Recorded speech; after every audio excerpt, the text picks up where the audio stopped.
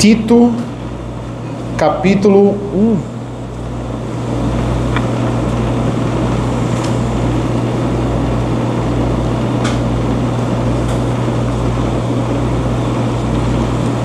Eu vou ler os versículos de 1 a 6.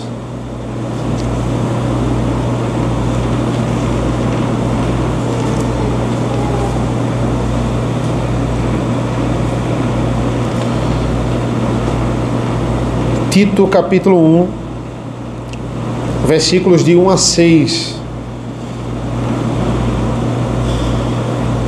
Assim diz a palavra do Senhor: Paulo, servo de Deus e apóstolo de Jesus Cristo, para promover a fé que é dos eleitos de Deus e o pleno conhecimento da verdade, segundo a piedade.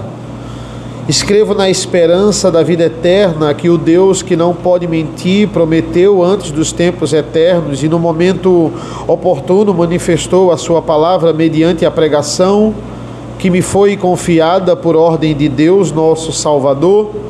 A Tito, verdadeiro filho, segundo a fé comum, que a graça e a paz da parte de Deus Pai e de Cristo Jesus, nosso Salvador, estejam com você.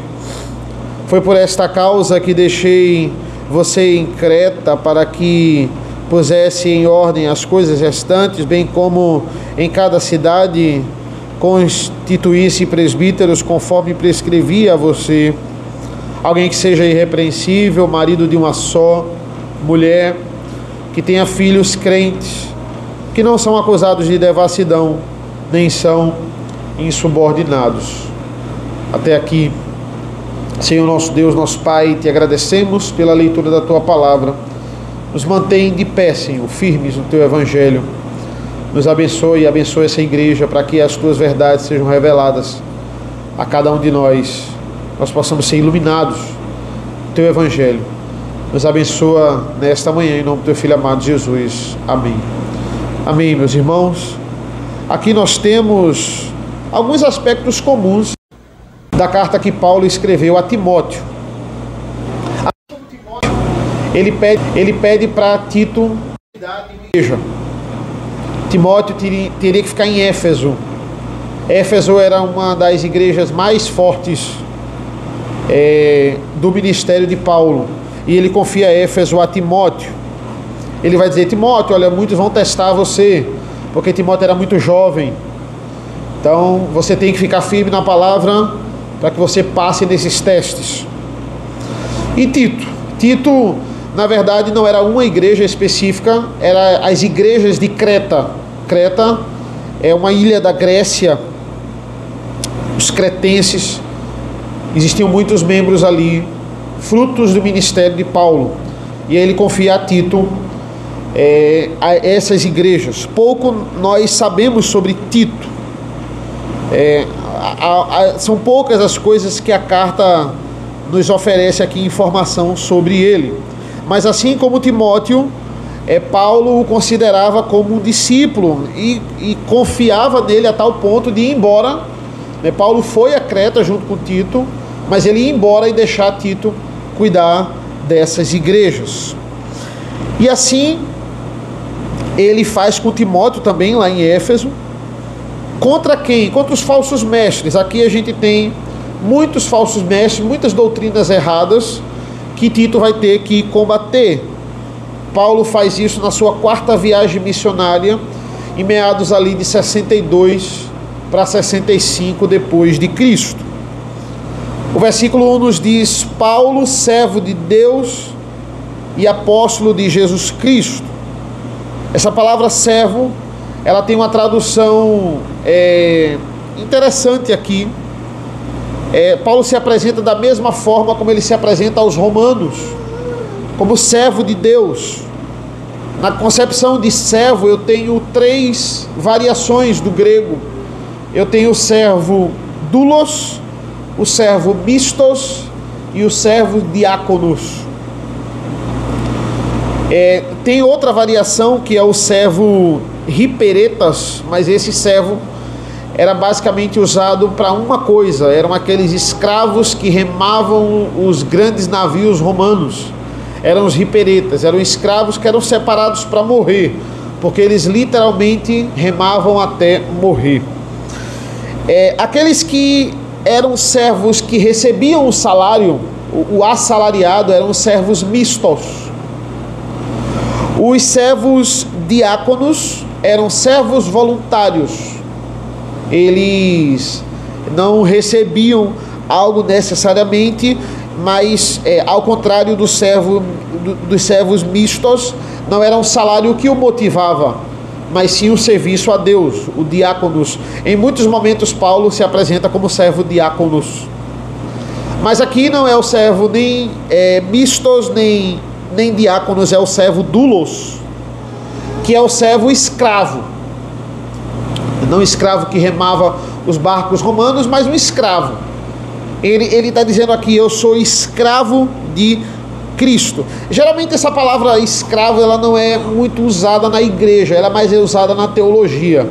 Quando você vai num seminário, você escuta mais essa palavra escravo de Cristo. Mas na igreja isso não é, por exemplo, a palavra aqui é literalmente escravo, mas a nossa tradução traduz como servo. Porque para a igreja não soa muito bem você ser um escravo. Parece que Deus, ele é um servo rigoroso que exige escravos para si. Mas essa não é a conotação de ser um escravo de Cristo. É porque Cristo, ele é o nosso dono. E literalmente ele nos comprou. Essa é a ideia de sermos um escravo de Cristo. Ele comprou a nossa alma na cruz do Calvário. Então ele é o nosso dono. Se ele nos comprou, primeiro que ele é o nosso Criador. Depois que ele nos comprou na cruz do Calvário. Então ele pode reger as nossas vidas. Ele pode mandar e nós temos que obedecer. Então essa é a conotação de servo que Paulo ele usa aqui. Por que Paulo está se apresentando como um escravo aqui? Para mostrar que ele não tem vontade própria. Ele cumpre apenas aquilo que Deus ordenou. Que ele não olha a ordem de Deus, coloca numa lista de prioridade. Olha, eu vou fazer de tudo para obedecer, Senhor, mas eu ainda tenho algumas coisas que eu quero. Não. Cristo, ele manda. Deus, ele é o Senhor da vida dele.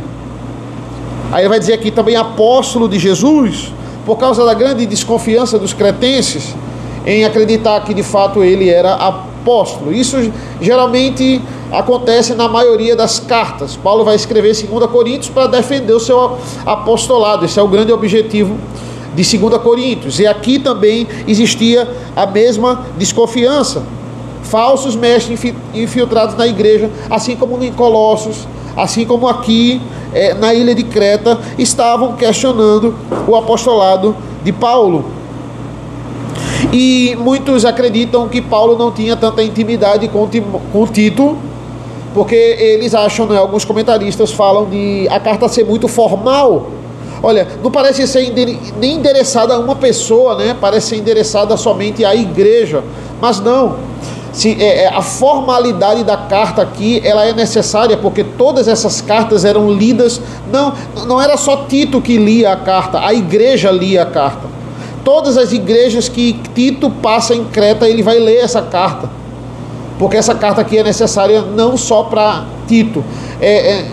Paulo escreve aos Coríntios, aos Colossenses, aos Filipenses, mas ele escreve também a Timóteo, a pessoa, Timóteo, a Filemon, a Tito. Mas mesmo assim, escrevendo a essas pessoas, essas cartas eram lidas na igreja, não era só para aquela pessoa ler. Tanto é que a gente viu lá em Colossos que a carta de Filemon é também chamada da carta de Laodiceia.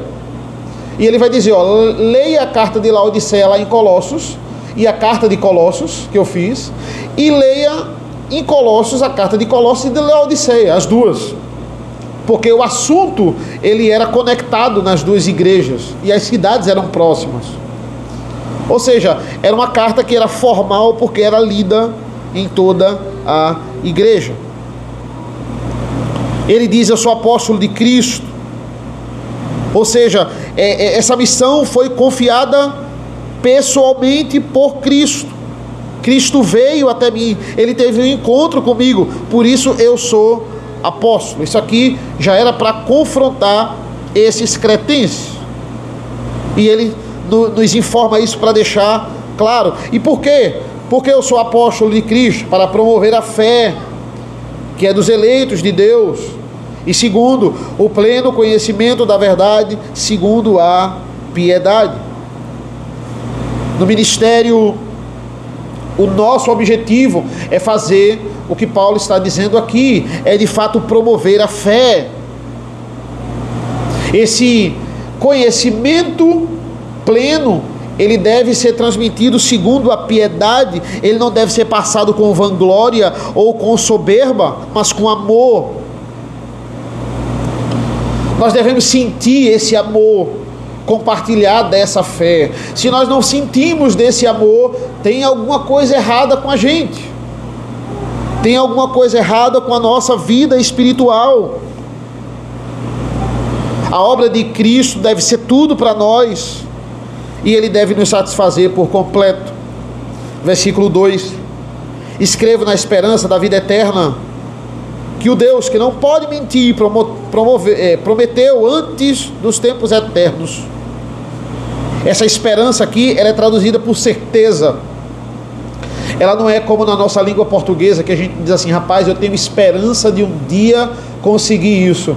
Essa esperança é um desejo que você tem. Esperança no grego é certeza, não é tomara, né? Eu escrevo na esperança da vida eterna. Eu escrevo torcendo para que a vida eterna seja uma realidade. Não, eu escrevo na certeza.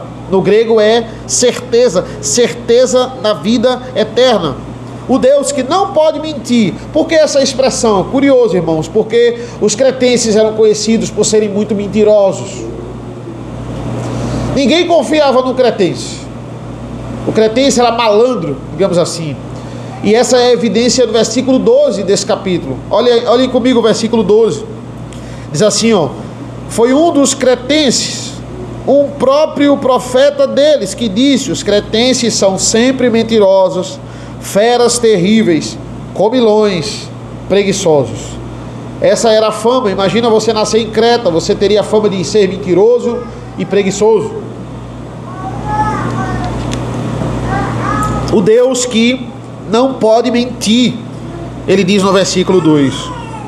Ou seja, Deus não é igual a vocês. Deus não volta atrás.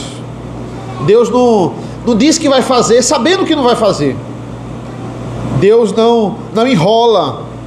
Deus, ele é imutável. Essa é uma das características do nosso Deus, a sua imutabilidade.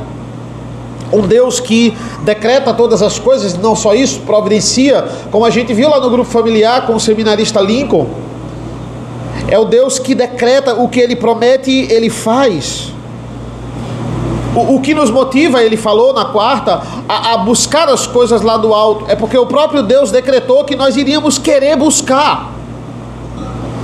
Ele opera em nós o querer como o realizar.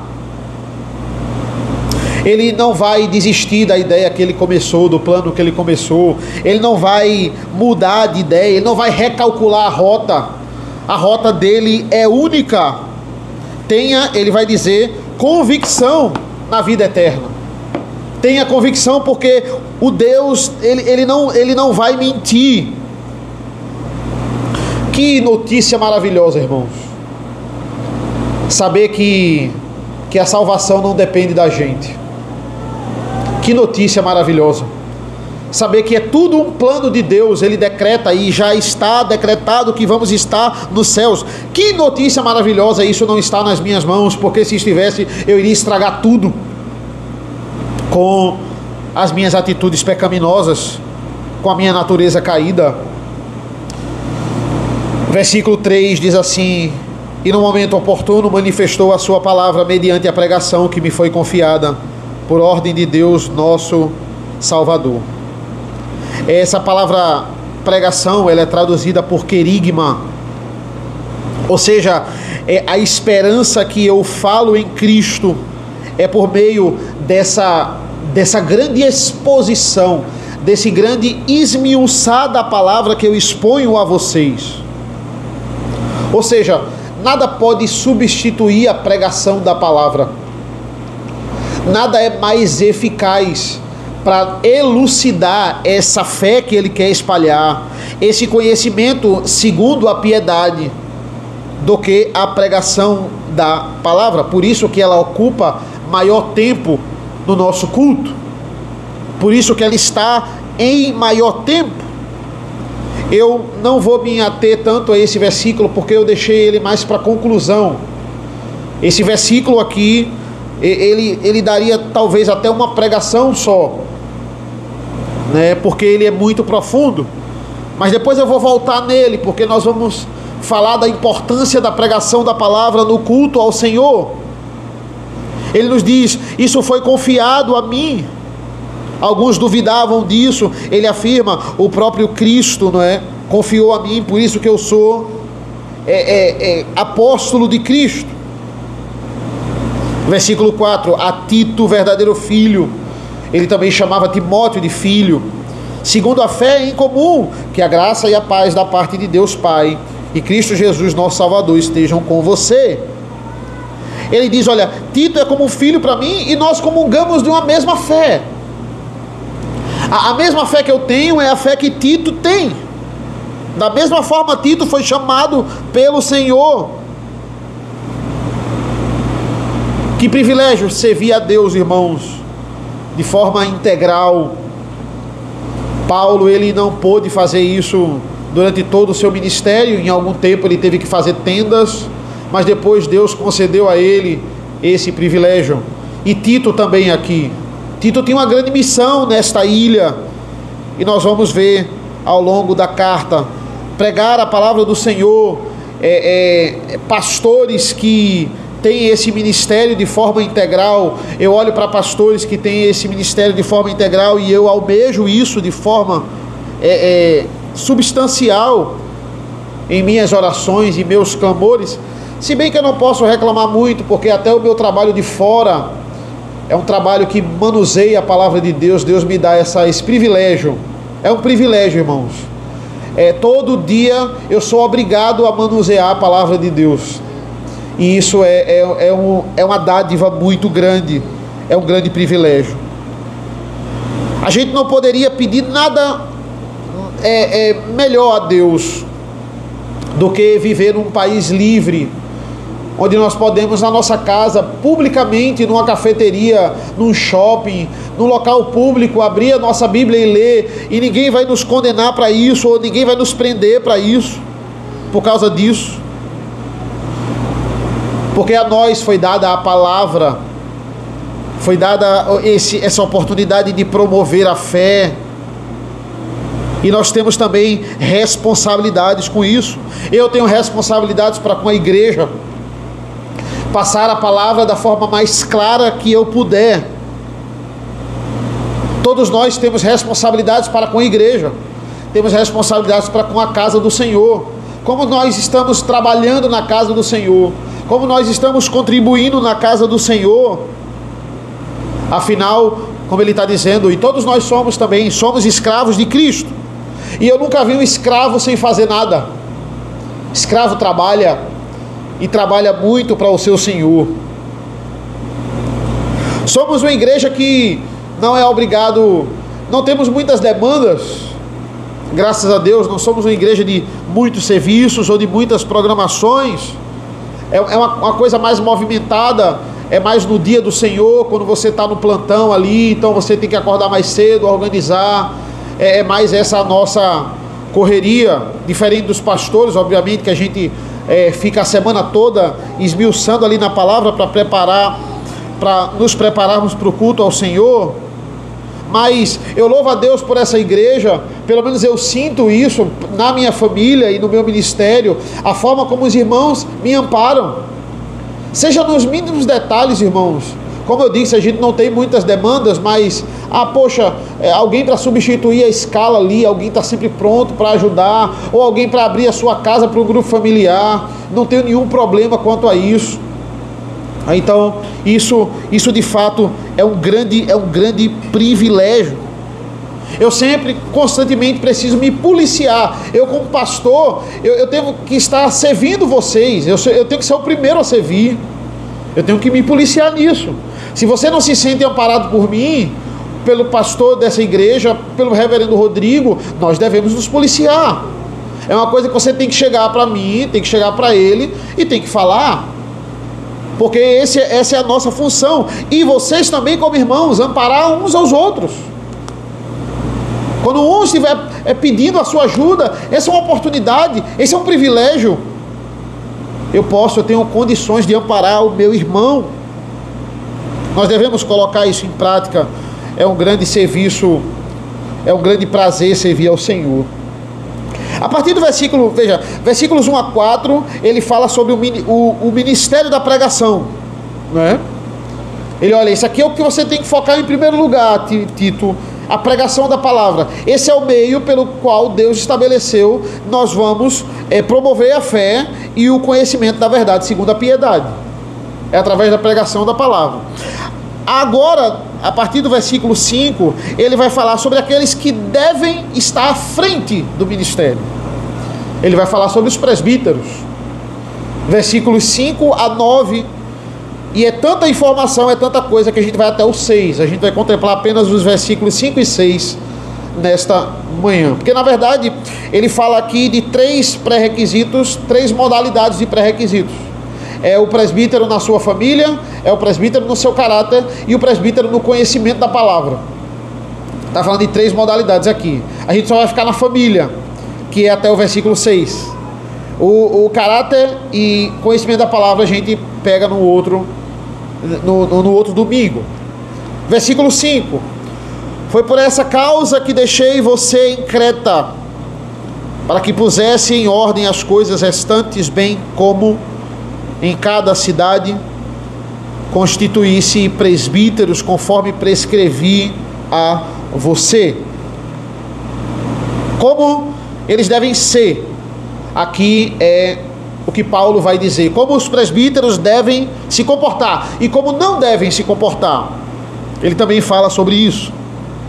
Aqueles que devem exercer o ministério da palavra. A Bíblia divide esses presbíteros em presbíteros docentes, em presbíteros regentes. Isso não está especificado aqui em Tito, mas quando a gente vai para 1 Timóteo 5,17, ele fala dessa divisão, quando ele menciona aqueles presbíteros específicos que trabalham na palavra e na doutrina. Olha, principalmente aqueles que se esmeram na palavra e na doutrina. E isso não significa que os outros não tenham que estar adentrados no conhecimento e não possam pregar. Podem pregar sim. Não tem problema o presbítero regente ele pregar. Isso não é pecado. Mas que o presbítero regente pregue quando o docente não pode pregar. Porque essa é a função primária dele. Se um presbítero docente está sentado com plenas condições de pregar e o presbítero regente está pregando, temos uma inversão aí na função.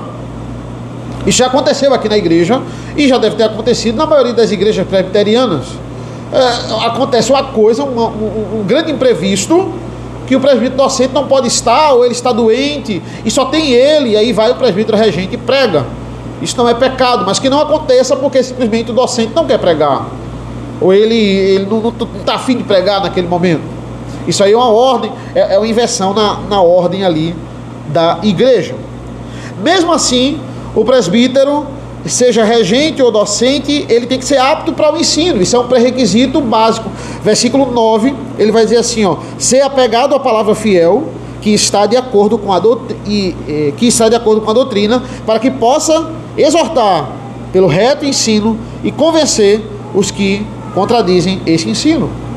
Eles têm que ensinar, eles têm que estar à frente na base do ensino. Por isso que é importante a gente ter aqui pessoas que estão sendo treinadas para serem presbíteros, darem a escola dominical, estarem com os catecúmenos, pregarem para as crianças. Isso é importante, porque ele tem que estar à frente do ensino da igreja. Afinal, na igreja não existe só o ensino na hora da pregação. Nós estamos constantemente ensinando a igreja. Então, em Tito, ele nem divide essa classe de presbítero, né? Não que exista essa divisão aqui ela não existe aqui em Tito, só existe lá em Éfeso, mas aqui em Creta é diferente, não. Ela existe, a mesma divisão, só que isso aqui não é mencionado aqui, mas a Bíblia, ela interpreta a própria Bíblia. Se em Timóteo tem, então esse é um critério também para a ilha de Creta. E veja que é muito interessante quando ele fala sobre os presbíteros aqui em Timóteo. O pré-requisito para a igreja diretamente, que é o ensino, é um pré-requisito. O resto é tudo relacionado à sua vida pessoal e à sua vida familiar. É mais voltado, né? Para você escolher um presbítero, você tem que... A única coisa que você tem que ver com ele em relação à igreja é que ele é uma pessoa devota à palavra e apto para ensinar. Só. O resto é tudo sobre o caráter dele. Como é que é o temperamento dele, como é que ele conduz a sua casa, como é que ele age em determinadas situações, se ele tem múltiplos casamentos, como é que é a vida dele. Isso deve ser observado. Eu já me deparei com homens piedosos, com homens proativos, que adorariam ser presbíteros, mas caíram em alguns desses pré-requisitos. E são pré-requisitos mesmo. É interessante porque parece que ter pré-requisitos para você ser um oficial da igreja não combina muito com a ideia de um Deus que esquece os nossos pecados, né? Olha, você tem que ser assim, assim, assim. Você não pode, tem que ser marido de uma só mulher. Você tem que ter filhos que estejam ali, não sejam acusados de devassidão, não sejam insubordinados. Veja, parece que você ter pré-requisitos para uma coisa não combina com a ideia de que, olha, se isso aconteceu no passado e Deus esquece os nossos pecados, por que ele está cobrando pré-requisitos? Ele esquece ou ele não esquece? Se ele esqueceu aquilo que eu fiz na minha vida passada, por que eu não posso me tornar um oficial da igreja? Se isso aconteceu comigo, pastor, quando eu nem era crente, isso aconteceu comigo, né? Agora não. Isso serve, meus irmãos, para ressaltar uma coisa. Como esse cargo é precioso. Como ser um presbítero, como ser um diácono, como isso tudo é totalmente precioso. É exatamente isso, veja. Cristo pagou por todos os nossos pecados. Deus não considera mais, Deus não lembra essa ideia de lembrar aqui uma figura de linguagem. É claro que Deus sabe de tudo, Ele não esquece, apaga a memória dele, não tem como fazer isso, mas veja, Deus não considera os seus pecados como um critério para salvação ou condenação. Por quê? Porque todos eles já foram pagos. A ideia é essa. É para lhe condenar que Deus esqueceu dos seus pecados. Mas Ele considera aquilo que você já fez para ser um oficial da igreja. Ele não esquece para isso. E isso só revela o zelo de Deus em cuidar da liderança da igreja. E não são todos os pecados. São alguns que Paulo vai colocar como pré-requisitos aqui em Timóteo. É para que a gente entenda que os pecados, eles têm consequências maiores e menores. Se os pecados têm consequências, existe pecadinho e pecadão. Como muito diz, não existe pecadinho e pecadão, como as pessoas gostam de dizer. Não, se existem níveis de consequências para alguns tipos de pecado, existe pecadinho e pecadão, não tem como. Tem pecado que você comete e não lhe impede de você ser um oficial da igreja. Tem pecado que você cometeu que lhe impede. Então existem níveis de pecados e existem níveis de consequências. É um critério, é um pré-requisito bíblico. Eu tenho 33 anos, eu posso ser uma pessoa proativa, eu posso ser uma pessoa saudável, eu posso ser uma pessoa inteligente, mas eu não posso fazer mais o concurso para ser sargento. Porque eu já tenho 33 anos, eu caí já nesse pré-requisito. Mas você é uma pessoa tão saudável, mas é um critério. Esse critério foi estabelecido. O meu tempo passou para esse tipo de concurso. Desse mesmo jeito, Deus tem os seus critérios. E Ele deixa, e tem que deixar bem claro na sua palavra. Isso nos mostra, irmãos, que pecados têm consequências. Mesmo perdoados, veja, nós estamos livres da consequência de alguns deles. Veja, se você roubar um carro, você não está livre da consequência dessa punição. Eu roubei um carro, a polícia me pegou e me prendeu. O dono do carro foi lá na delegacia, pegou a chave do carro e me perdoou. Disse assim: olha, eu perdoo você. Isso não significa que eu vou sair da prisão. Independe, veja, o perdão do dono do carro com a justiça que vai ser exercida sobre mim. Eu vou ter que responder no tribunal, eu vou ter que pagar uma pena, eu vou ter que responder pelos meus atos até depois no tribunal, eu ser inocentado ou acusado. Mas eu não sou solto quando o dono do carro diz assim: perdoei ele. Não. Por causa desse tipo de infração. Por causa desse tipo de pecado. É outra reação. Se eu mentir, não. Eu minto, aí eu peço perdão a Deus, digo que não vou fazer de novo, peço perdão à pessoa que eu menti contra ela me perdoa, tá tudo certo, ninguém vai preso por causa disso. É outra reação, também depende da mentira. Pode ser uma mentira que gerou um crime, né? Mas geralmente ninguém é preso porque mentiu, mas é preso porque roubou um carro. Entenda, tudo é pecado. Tudo é abominável aos olhos de Deus. Mentira, roubo, você ter mais de uma esposa, tudo é pecado. Mas se você vivia uma vida de mentira e se arrependeu, você pode ser um presbítero. Se você casou 2 vezes e está no seu 2º casamento, você não pode ser um presbítero. Porque isso faz parte de um critério que Deus estabeleceu. Você não pode trabalhar na igreja? Claro que pode. Isso não anula aquilo que eu disse no começo. Você deve ser proativo na igreja. Você deve trabalhar na igreja. Não só existe... você não só trabalha na igreja se você for um presbítero. Você não trabalha na igreja só se você for um diácono. Se você for um pastor, de forma nenhuma. Jamais. Mas para esse ofício...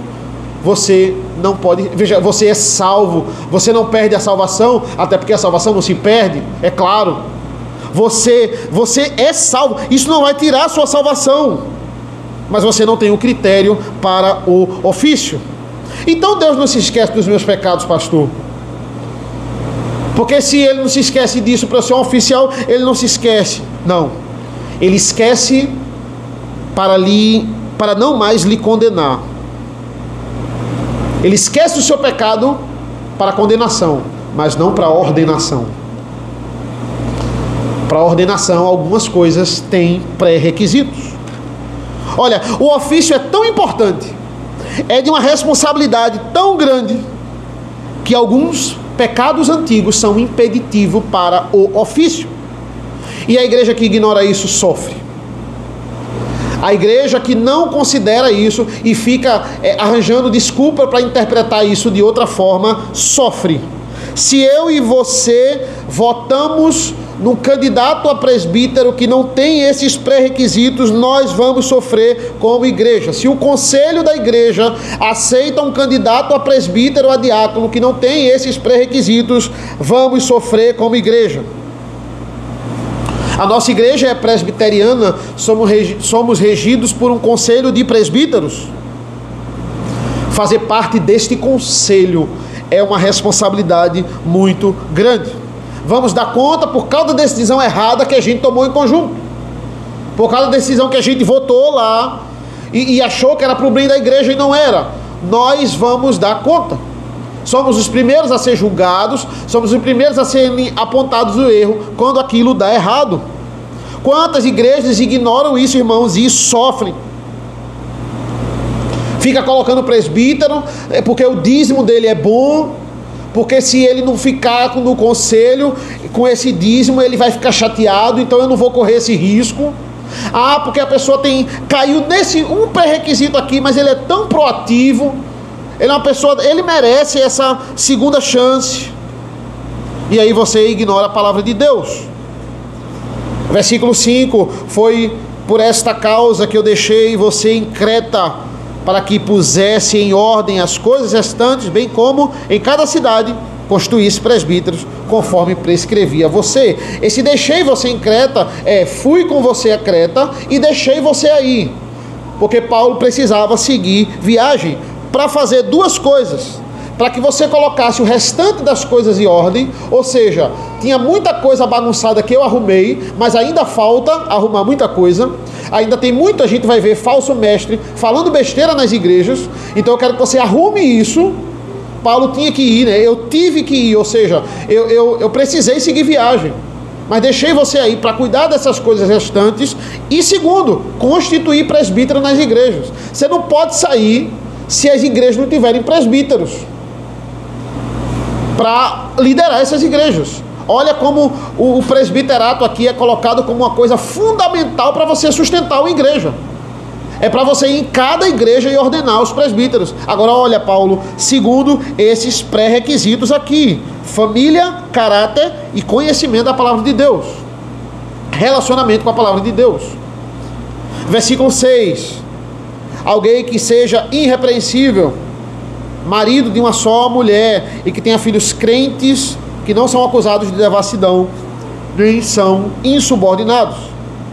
Primeiro, em relação à família, ele deve ser, ele vai dizer aqui, irrepreensível. Ele não pode ter um escândalo onde ele esteja envolvido. Essa é a ideia de ser irrepreensível. Não é a ideia de não ter pecado. As pessoas não podem ver pecado nele, não. Mas ele não pode ser uma pessoa que tenha evidência de escândalo. Ele fica na boca do povo. Ele viveu uma vida antes da igreja de devassidão tão grande que ele é famoso pela sua devassidão. Isso não vai ser bom para a igreja. Isso não vai ser bom para o cuidado da igreja. Ele tem que ser uma pessoa que ele é conhecido por não negligenciar os papéis da família. Olha, fulano vai dar um bom presbítero. Ele é um péssimo pai, mas ele vai dar um bom presbítero, porque ele é muito proativo na igreja. Ele não gosta muito da família, né? Mas ele é muito proativo da igreja. Não, você não vai escolher essa pessoa para ser um presbítero. Ele tem que ser irrepreensível nisso. É alguém que ama a família. É alguém que se destaca entre os outros. Olha, ele tem um amor aqui pela família, ele tem uma dedicação aqui pela sua família, de uma forma aqui de destaque. Outra característica: marido de uma só mulher. Muitos entendem isso apenas como monogamia. Olha, ele tem que estar naquele momento casado com uma mulher. Muitos entendem que é isso aí. Ele não pode ter uma esposa e vários amantes, ele não pode ter várias esposas, de forma nenhuma. Isso, claro, meus irmãos, isso também. Isso é uma coisa aqui fundamental. E isso, na verdade, é bem óbvio. Porque percebam, veja, isso aqui não é um pré-requisito para um presbítero só. É um pré-requisito para qualquer membro. Por que Paulo ia estar destacando isso, se isso aqui nenhum membro comum pode fazer? Entende? Se isso aqui é só relacionado a monogamia e poligamia, por que Paulo ele está destacando isso? Então quer dizer que os outros podem ter várias mulheres, né? Não, se você tiver várias mulheres com vários casamentos, ou for descoberto que você tem um amante, você vai ser disciplinado, você vai ser excluído da comunhão da igreja, você não pode tomar santa ceia, você não pode estar comungando com os irmãos. Qualquer membro, não é só quem vai ser presbítero. Não, olha, o membro pode, não vamos ficar olhando isso para o membro, mas no presbítero você olha. Não, isso aqui não está relacionado a monogamia e poligamia. Isso aí é um critério para toda a igreja. Aqui ele está dizendo que o presbítero é aquele que mantém o seu casamento firme com a mulher da sua mocidade. Ele só se casou uma vez. Ele não pode almejar o ministério no segundo ou no terceiro casamento. Muitas igrejas presbiterianas, eu escutei algumas pregações relacionadas a essa passagem, porque eu queria só ouvir a opinião da pessoa. Muitos se esquivaram, muitos falaram as duas linhas. Tem igrejas que acreditam nisso, tem igrejas que acreditam. Sim, mas qual é a interpretação verdadeira?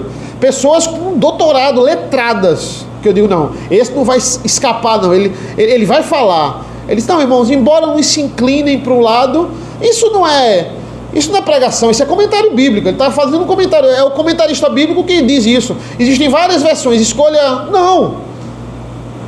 E as pessoas se esquivam nisso, fica dizendo, não, igreja presbiteriana, se você considerar isso só como monogamia ou poligamia, não tem problema. Não, isso vai muito mais além. Isso aí se referia a qualquer membro da igreja. O presbítero é aquele que não pode ter escândalos familiares. Mateus 19 vai dizer que, olha, só tem uma possibilidade de divórcio, é adultério.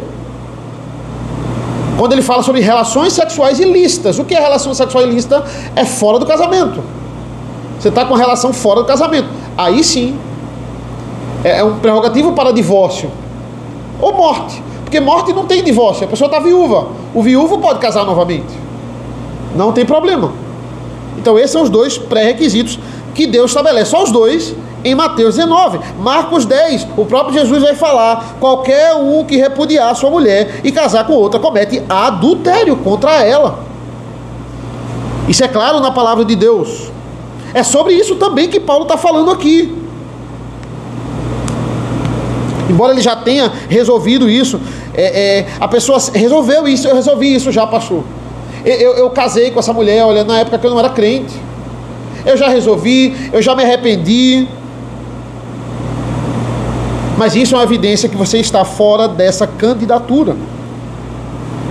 Imagine, irmãos, você está numa igreja, aí a pessoa, ela está com a segunda esposa, que tem filhos, aí tem a outra esposa que está na mesma igreja também, a ex-esposa, que ela está com o namorado dela, está lá na igreja os filhos do primeiro casamento, os filhos do segundo casamento. Mais uma vez, irmão, se isso já foi resolvido, se isso foi quando ele não era crente, ou isso foi quando ele era crente, mas ele se arrependeu, ele foi disciplinado, e agora está todo mundo no seu casamento, que não se divorcia. A Bíblia fala para você casar com o primeiro, de forma nenhuma. Se você casou de novo, é muito pior se divorciar. Agora você se mantém casado, certo? E fica aí com a sua segunda esposa.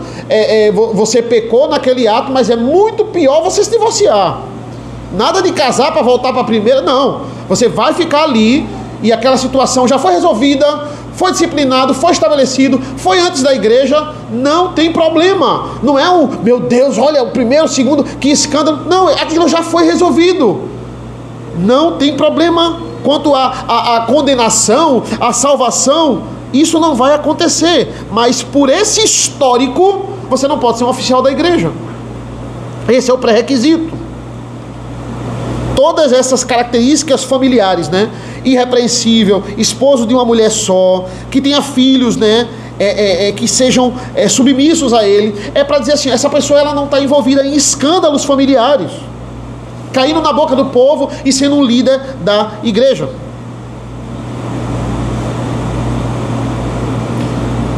Paulo está dizendo assim, veja, como é que ele vai levar descrentes para Cristo se ele não é capaz de conduzir nem a sua família?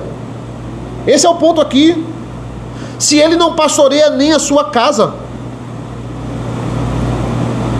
Veja, quando pastores eles se metem em escândalos familiares, ou eles perdem a sua casa, a sua esposa para de deixar ir para a igreja, a sua filha se revolta com o evangelho e para de ir para a igreja, sobre a sua tutela, sobre a sua liderança ali, Satanás sabe que isso é muito ruim para a igreja. O diabo sabe disso. E veja, quando ele fala aqui sobre filhos insubordinados, ele não está falando do filho que saiu da sua casa. Ele não está falando disso, né? Porque, veja, é inevitável. Existem filhos que se debandeiam, infelizmente. Você cria ele aos pés do Senhor. No primeiro sinal de independência, ele rejeita tudo isso. Essa palavra filhos aqui, ela é muito interessante, que tem um filhos crentes, ela é traduzida como teknia. Teknia é literalmente filhos no lar. Ele está falando do filho que está embaixo da sua tutela. O filho que está no lar. Ou seja, filhos que você ainda está cuidando. É isso que vai ser analisado. esse menino, enquanto na sua tutela, como é que era? Você não estava nem aí, você ia para a igreja, você não ia. Você não fazia culto doméstico com ele, você não instruía ele na palavra, você não pedia ajuda do pastor. É isso que vai ser analisado. Enquanto estava com você, enquanto estava sobre a sua criação, sobre a sua tutela, isso vai ser analisado. A família, irmãos, é o treino do ministério. Se eu não conduzo minha casa, como é que eu vou conduzir ovelhas? Não tem como. Se eu sou péssimo no treino, se ela é o treino, se eu sou péssimo no treino, como é que eu vou entrar em campo, né? Como é que eu vou jogar se eu não sei nem treinar? Líderes e líderes com escândalos familiares. Esse é o declínio da igreja. O membro não tem um referencial. Eu vou olhar para a vida do pastor, eu vou olhar para como o pastor cuida do filho. O pastor não traz nem o filho para a igreja. O pastor não tem nem moral com a esposa para trazer a família para a igreja. Como é que ele vai conduzir a minha família? Como é que ele vai conduzir a igreja? É sobre isso que Paulo está falando. Esses critérios, eles têm que ser analisados, ponto a ponto. E para a gente não sair muito, irmãos, do tempo, eu queria voltar para o versículo 3, para a gente concluir essa parte que é tão importante sobre a pregação da palavra. Depois nós voltamos para os outros pré-requisitos aqui, versículos 7 a 9, caráter e a sua vida aqui no conhecimento da palavra. Versículo 3, e no momento oportuno manifestou a sua palavra mediante a pregação que me foi confiada por ordem de Deus, nosso Salvador. Ele diz, olha, é por meio da pregação que tudo isso aqui vai ser elucidado. Veja, como é que você tem essas informações sobre os pré-requisitos do presbítero? Porque eu passei agora 1 hora esmiuçando esse texto para que você fosse elucidado. Foi em que isso? É no momento da pregação da palavra. Isso pode ser feito no estudo, isso pode ser feito, mas isso não pode ser negligenciado no púlpito. Ah não, eu vou falar isso só para os homens. Não são só os homens que é para ser presbítero, então eu vou falar isso no estudo de homens. Eu não vou falar numa pregação, porque vai chocar, pode ter visitante. Não, toda a igreja tem que estar a par disso. Porque se você é uma esposa que quer ser uma esposa de presbítero, você tem que se comportar como tal também. Você tem que ajudar ele no ministério. Eu não tenho que falar isso só para homens. Eu tenho que falar isso para a igreja. Se você é um filho de presbítero, de futuro presbítero, você tem que ser um filho comportado. Você tem que ajudar ele isso no ministério. Eu tenho que falar isso para toda a igreja. E é no momento da pregação que isso é de fato elucidado. Eu já falei isso antes. Veja, se nós cantamos os salmos, e os salmos nós cantamos literalmente a palavra de Deus. Então por que não pegar um culto, pastor, e a gente fazer 1 hora de salmos e 15 minutos de pregação? Não é a palavra de Deus? A palavra de Deus está sendo cantada. A gente pega um culto e a gente faz esse momento aqui de cantar os salmos. Canta uns 30 salmos num culto só. Vai ser bom demais. Não, irmãos, por quê? Porque apesar de cantarmos a palavra de Deus, nós não elucidamos o texto na hora de cantar os salmos. O texto não é exposto na hora de cantar os salmos. Por isso que o maior tempo tem que ser quando o texto estiver exposto. Por mais que a gente cante, e eu acredito que isso não deve ser diferente, é na palavra de Deus que temos essa elucidação. Ou seja, tem que estar. É um elemento de culto, mas não deve ocupar o maior tempo. Essa é a ideia aqui. Ele está falando sobre tempo. A forma de elucidação é pregação. É você expor aqui o que foi escrito. E eu nem falo sobre coral, nem falo sobre teatro, porque isso nem elemento de culto são apresentações.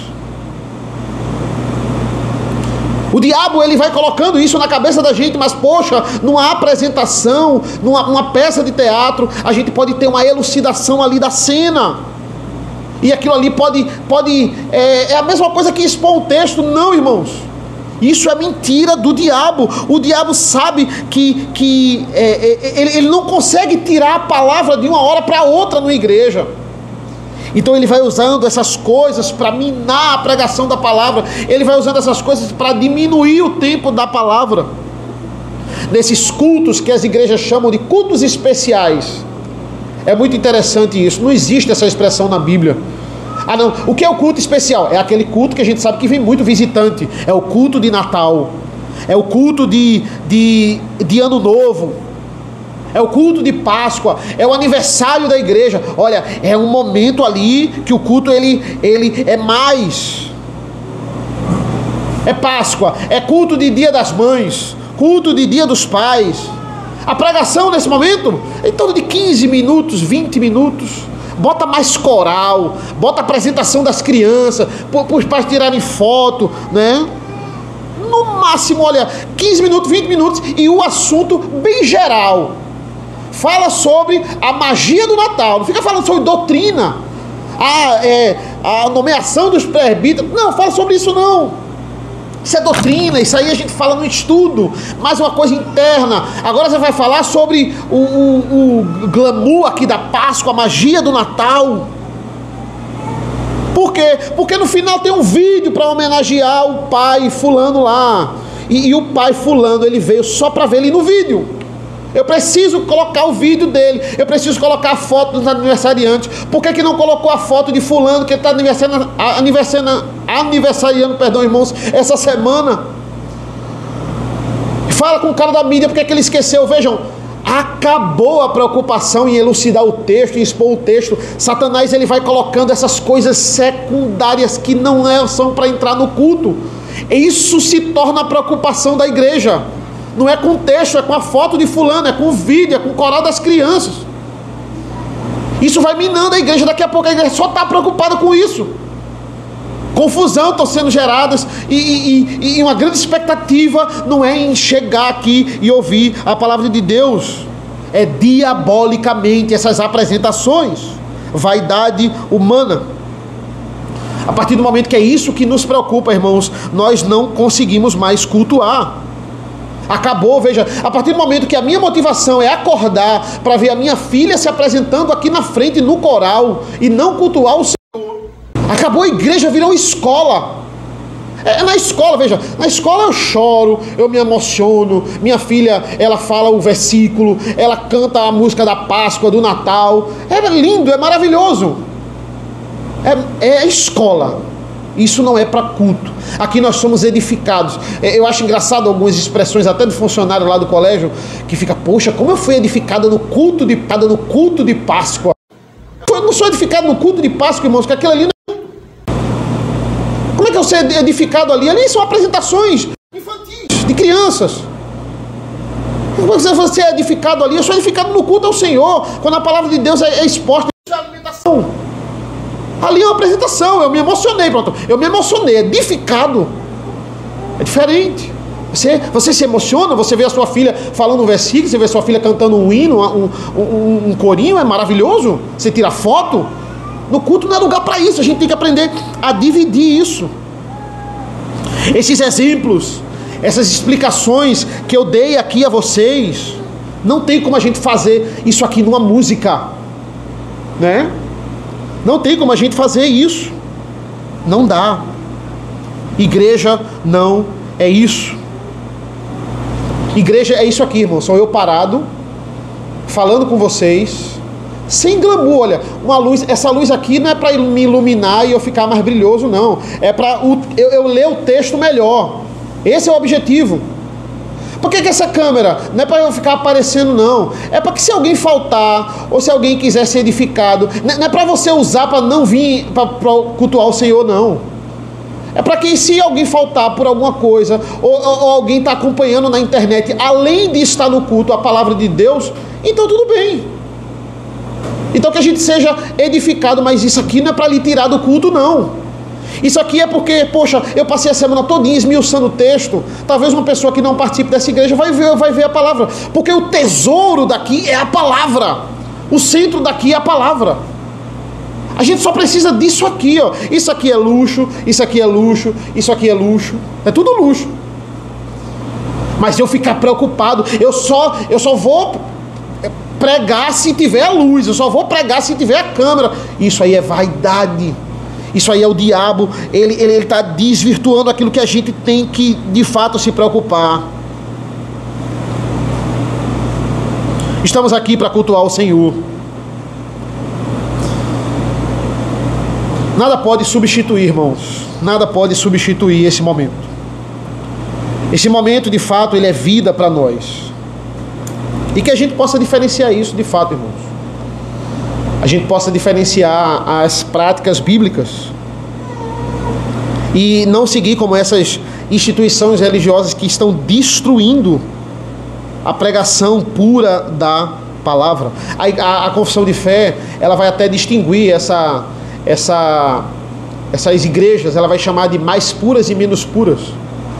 São igrejas que você ouve a palavra, mas você escuta com ruídos. Você só escuta 15 minutos. Você escuta pouco. O texto não é elucidado porque não tem tempo. É tanto evento, é tanta coisa que não tem tempo disso. Que nós possamos caminhar para sermos cada vez uma igreja mais pura. Temos muito a melhorar, irmãos.